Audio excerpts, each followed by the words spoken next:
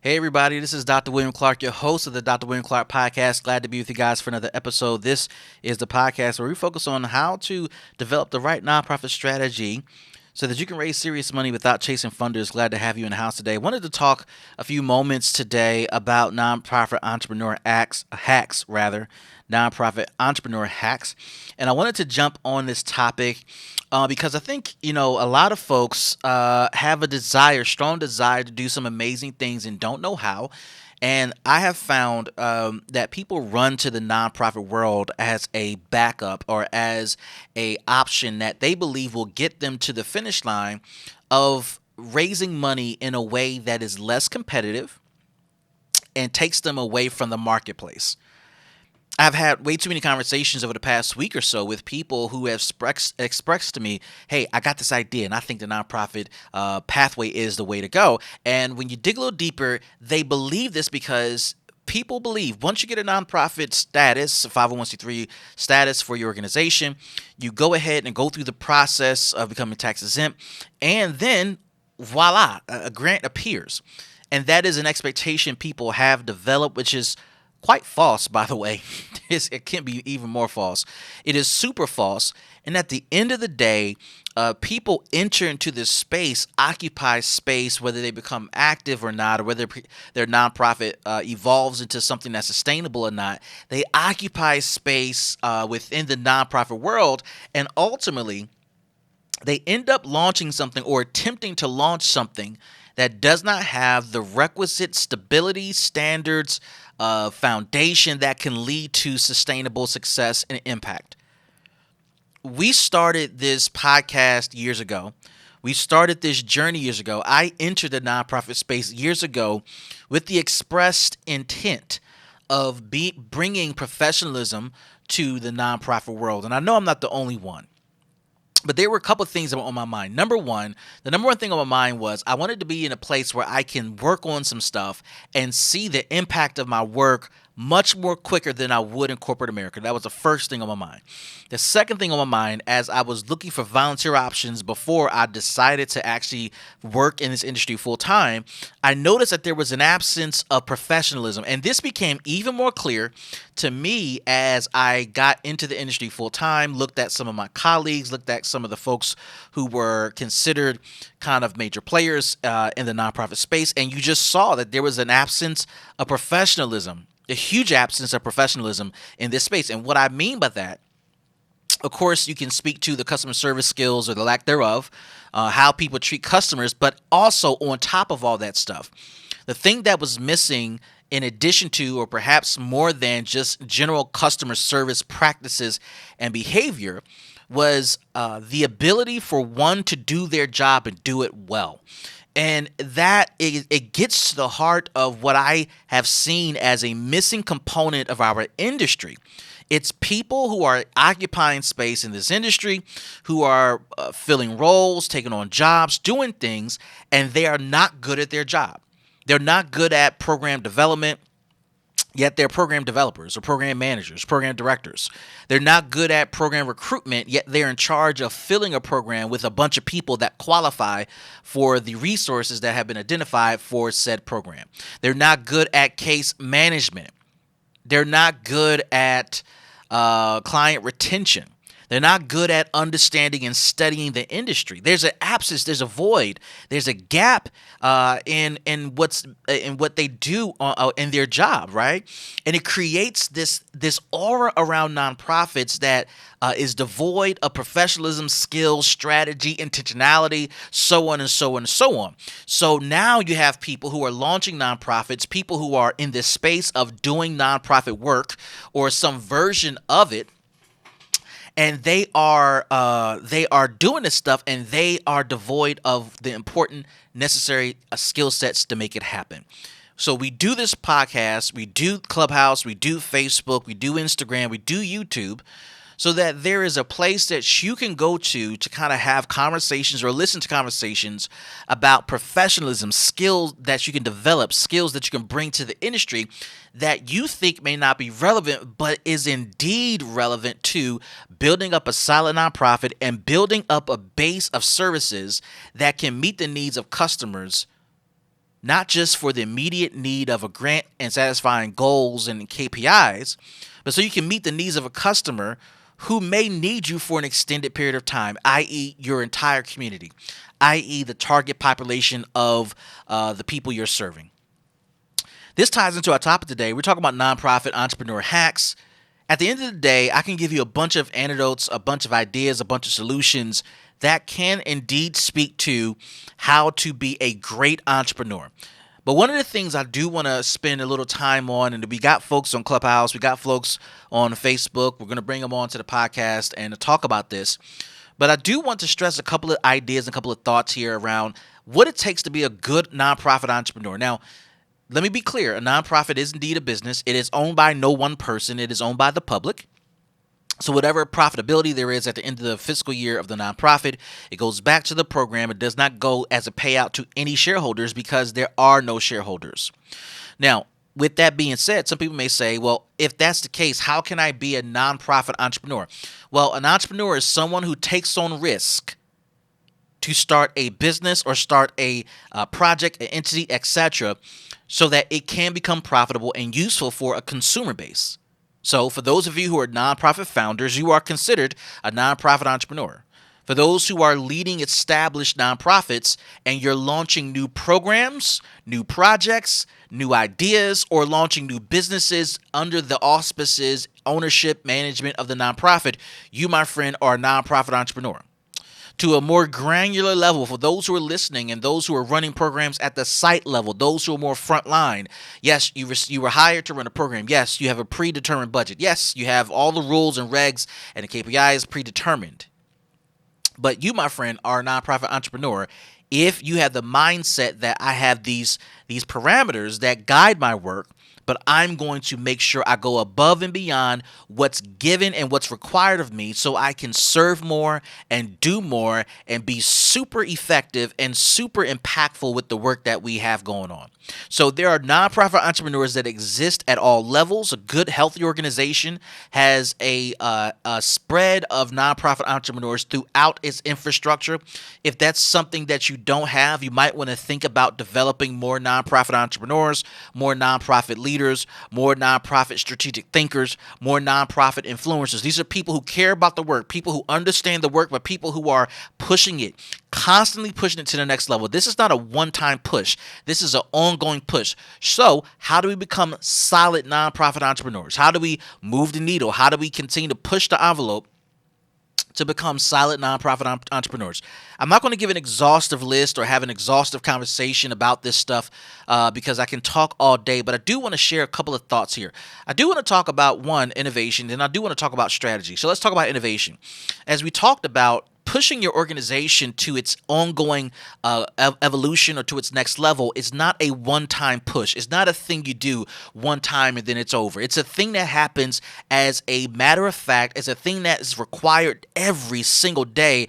In fact, it's a part of the fabric. It's a part of the culture of the organization. We are going to constantly push the buttons, push the envelope, push the parameters and what's seemingly around us to keep us contained. We're going to push against all of that every single day in what we do. And we're going to pursue innovation and creativity for the sake of one goal. And what is that goal for all nonprofits? The goal of a nonprofit is to serve its customers more than any other business. And I know there are people who are going to listen to this and say, hey, man, in the for-profit world, we do this too. God bless you. We know you do. But I want to pump up. I want to support. I want to affirm our nonprofit professionals out here. Our goal at the end of the day, regardless of what our specific missions are and our specific skill sets are, our goal at the end of the day is to serve our customers and to meet their needs, to help them elevate to their next level, transform. We're here to serve communities. We're here to serve families. We're here to serve individuals. We are in this process of helping them evolve and transform. So in order to do that and to have sustainability and staying power, we as professionals, as nonprofit professionals, we are responsible for ongoing innovation. This requires us to study our customer, to be up on what they like, what their interests are, what messages are they hearing, how do they relate to us, how do they prefer to be connected to or communicated with, so on and so on and so on. The outcomes we target for our customers, do they have a say in it? Is it something that they actually want? Nonprofits are notorious for having big hearts and having huge desires to do huge things for a lot of people, but one of the things they forget or we forget to do is to ask the customer, do you want this? This is something that we struggle with, and it's something that we need to continue to focus on and stress. But here's the thing. What causes you to think about the customer, what causes you to ask questions of the customer in terms of what do you want, what do you need, how can we help you, what causes that is innovation. There are 3 levels to innovation. There's rapid innovation where you're just rapidly changing and doing stuff immediately. There's mid-tier innovation where you're doing some stuff fast and some stuff slow. You're kind of in middle of the road. You're kind of average with the innovation. You're not always pushing the envelope. You're not always conservative, but you're kind of in the middle. And then you guessed it, the 3rd level is the more conservative way of innovation. Most nonprofits either don't register on the radar of innovation or at best, they are very conservative. Now, the question you may be asking me is why? Part of it is a nonprofit culture. Part of it is the leadership at the top of the organization. Part of it is the perspective of how what we can do, how we can do it, and what are we allowed to do. Part of it is an inability to be a visionary and to think outside the box, so on and so on and so on. There are so many components to this. But it is a combination of all those things and more that leads to nonprofit organizations specifically not registering on the innovation scale or at best being exclusively conservative. Now, yes, you want to be cautious because being innovative does come with risk, but so does everything else we do in the nonprofit industry. Running these programs comes with risk. Running our operations in certain communities comes with risk. Targeting a specific consumer base comes with risk. Hiring new staff for a program that's fully reimbursable, 100% reimbursable, comes with risk. You're running a business. A nonprofit is a business. So if it's all risk laden, and of course there are different levels of risk, yes, we're going to acknowledge that. But if it's risk laden, how do you take the smartest risks that can benefit our customer, the ones who are utilizing our services, and pushes us, our organizations, and the industry at large further, farther, faster? There has to be a balance to all this. So whether you're the nonprofit entrepreneur who's launching your first program or your first organization, whether you're a nonprofit entrepreneur who's launching multiple programs and launching multiple businesses, whether you're the nonprofit entrepreneur who's at the site level launching new initiatives to serve more people under the requirements of your current grant, you have to consider, where do you rank on the innovation scale and where do you need to be to realize massive results, massive outcomes that can get you to a different place within the organization, get the organization to a different place, and get the customer to a different place. The second thing I want to address when it comes to nonprofit entrepreneur hacks, we just talked about innovation. The next thing I want to talk about is strategy. And I talk about this a lot on this podcast. I talk about it a lot here in Clubhouse and on Facebook.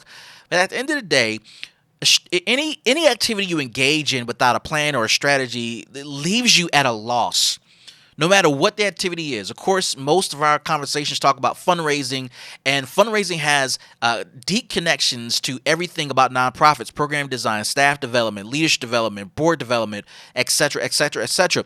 Whatever activity you're taking on within your organization, if a strategy does not exist, if your organization is devoid of strategies, not just the strategic plan, but if it's devoid of strategies, you're at risk of failing with epic proportions. I mean, you're at risk of failing with fireworks and everything in between, with streamers as well.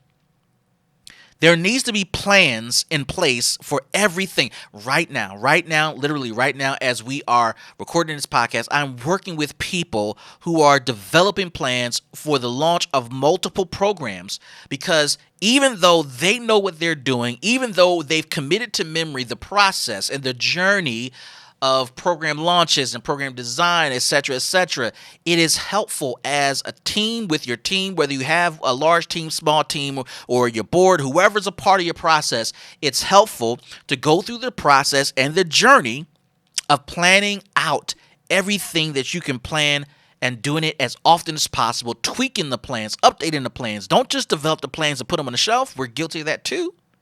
But develop the plans and work the plans, manage the plans, and allow the plans to manage outcomes. It allows you to be much more efficient. It allows you to be much more strategic, creative, innovative, if you will. And within plans, you can plan for daily operations, the execution of a program that you got funded for recently, and you can plan for creativity, innovation, and all the good stuff in between. Nonprofit entrepreneurship is a real thing. Nonprofit entrepreneurship is not limited to a select group of people. It is available to every person in an organization, whether it's a small startup, a mid-sized organization, or a mature organization. You who are listening, you who are watching, you who are engaging in this content, whatever platform you're listening on, you also have the ability to be a nonprofit entrepreneur, and it is not out of the realm of possibility. There are a bunch of things I can say that can help you get further down the road on nonprofit entrepreneurship. But what I would tell you, at least what I would like to share in this segment of our podcast, is be thoughtful about where you rank on the the innovation scale. Are you aggressive? Are you middle of the road? Or are you ultra conservative? And determine where do you need to be for the sake of your customers. And then lastly, don't forget the importance of planning. Don't forget the importance of putting plans on paper. Plans do not exist in one's head. I once read that if you write the vision, if you have a vision, first of all, you need to write it down, make it plain, so that whoever reads the vision can run with it, and it will come to pass. There's nothing to run with. Your board, your staff, your supporters have nothing to run with if your plan is not written down.